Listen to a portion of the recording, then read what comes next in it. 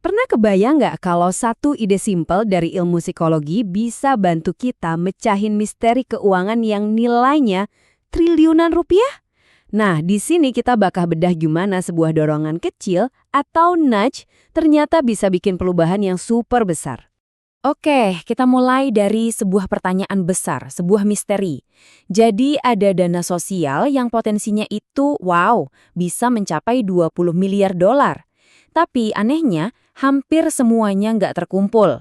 Lenyap kemana ya? Apa sih yang sebenarnya terjadi di sini? Nah, ini dia angkanya.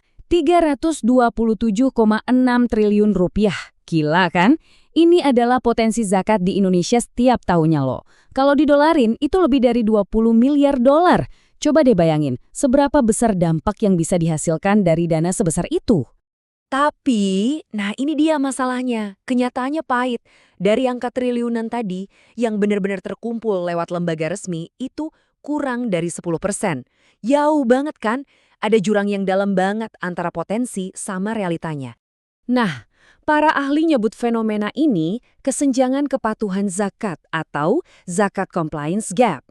Dan ini bukan cuma soal angka ya, ini soal perilaku kita semua. Ini teka-teki yang harus kita pecahkan.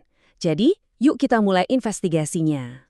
Oke, petunjuk pertama kita untuk memecahkan misteri ini datang dari dunia psikologi dan ekonomi, atau yang sering disebut behavioral economics. Di sini ada satu konsep kunci yang namanya nudge, atau dorongan. Idenya simple, tapi efeknya luar biasa.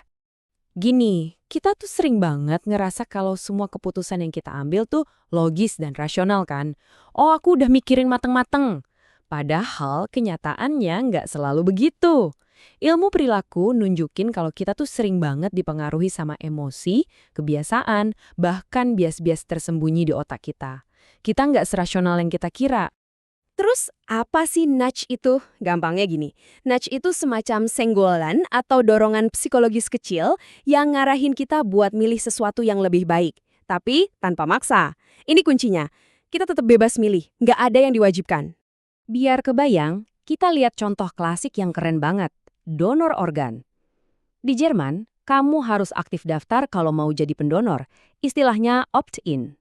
Hasilnya, cuma 12% yang ikut. Nah, bandingin sama tetangganya, Austria. Di sana, semua warga otomatis jadi pendonor, kecuali mereka aktif bilang nggak mau. Namanya opt-out. Hasilnya 99%. Gila kan? Cuma mengubah pilihan defaultnya, hasilnya beda drastis. Oke, sekarang kita udah punya bekal konsep nudge ini. Yuk kita balik lagi ke misteri zakat kita. Pertanyaannya jadi, kenapa sih orang-orang enggan bayar zakat lewat lembaga resmi? Apa ya halangan-halangan psikologis di baliknya? Nah, ada kerangka berpikir dari para akademisi yang bisa bantu kita, namanya teori perilaku terencana. Intinya, niat kita buat ngelakuin sesuatu itu dipengaruhi sama 3 hal. 1, gimana sikap kita soal itu. 2, gimana tekanan sosial dari lingkungan kita. Dan 3, seberapa gampang atau susah rasanya buat ngelakuin hal itu.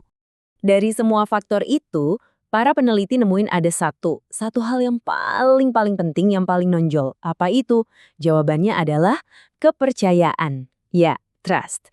Kepercayaan kita sama lembaga zakat itu ternyata jadi kunci utamanya. Dan kepercayaan ini nggak datang gitu aja loh. Ada 4 pilar yang ngebangunnya. Pertama, akuntabilitas. Lembaga ini bisa dipercaya nggak sih? Kedua, kinerja. Mereka kerjanya bener nggak? Ada hasilnya nggak? Ketiga, keadilan. Dananya disalurin secara adil atau nggak? Dan yang terakhir yang penting banget, transparansi. Kita bisa lihat dengan jelas nggak uang kita itu lari kemana aja? Oke, selain kepercayaan, ada satu lagi faktor kunci yang jadi penghalang. Apa itu? Literasi. Dan ini bukan cuma soal bisa baca tulis ya, tapi lebih dari itu. Jadi, ada 2 jenis literasi yang penting banget di sini. Yang pertama, ya jelas, literasi zakat itu sendiri. Paham soal aturan agamanya, apa yang harus dibayar, kenapa harus bayar. Nah, yang kedua, ini yang makin penting di zaman sekarang, yaitu literasi keuangan digital. Seberapa jago kita pakai aplikasi pembayaran, platform online, dan tahu cara pakainya dengan aman.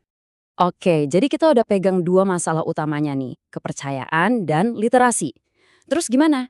Nah, disinilah kita bisa mulai merancang. Gimana caranya kita bisa mendesain sebuah sistem yang justru mendorong orang untuk lebih dermawan? Dan di sini, peran literasi digital jadi menarik banget. Riset nunjukin kalau literasi digital itu bukan cuma membantu, dia itu kayak pengganda kekuatan atau force multiplier. Maksudnya, dia bisa melipat gandakan efek positif dari kepercayaan. Jadi kalau orang percaya dan melek digital, niatnya buat berzakat jadi makin kuat lagi. Yuk kita lihat datanya biar lebih jelas. Buat orang yang literasi digitalnya rendah, kepercayaan itu tetap punya pengaruh. Koefisiennya 0,458. Oke, angka ini udah cukup nunjukin pengaruh yang lumayan kuat. Tapi, coba lihat perbandingannya. Nah, sekarang lihat. Kalau literasi digitalnya tinggi, efek dari kepercayaan itu langsung melonjak jadi 0,647.